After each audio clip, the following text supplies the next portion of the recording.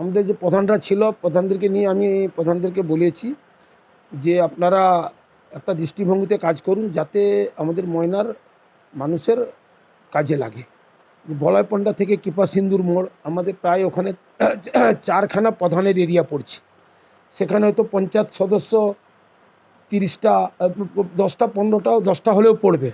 যদি ওইটা যদি 50,000 টাকা করে 5 লাখ টাকা যদি করা বাজেট রাখা যায়, এই পাড়ার সমাধানে এই টাকাটা যদি রাখা যায়, সব বুথ থেকে যদি 50,000 টাকা করে বাজেট করে নেয়, আশা করি টোটাল পাড়াটা পরিষ্কার হয়ে যাবে। যেমন এর পাশে গোকুলনগর থেকে জিপি থেকে যেটা পরমানন্দপুরের উপর দিয়ে যেটা তিলখোজা জিপিতে এসছে, এটারও কিছু অংশ বাকি আছে, কিছু অংশ খাল কাটা হয়েছে। যদি এগুলো হয়তো আশা করি এই পাড়ার সমাধানের যে এই আমাদেরকে প্রকল্পটা দিয়েছে, যে টাকাগুলো দিয়েছে, আশা করি আমরা বুথে পানা পরিষ্কারও আমরা করতে পারবো। তবে ময়নার অনেকটা ডেভেলপ তো শুধু নয়, ময়নার যেটা আমাদের অনেকটা সমস্যা আছে, সে সমস্যাটা অনেকটাই মিটে যাবে এই টাকার মধ্যে।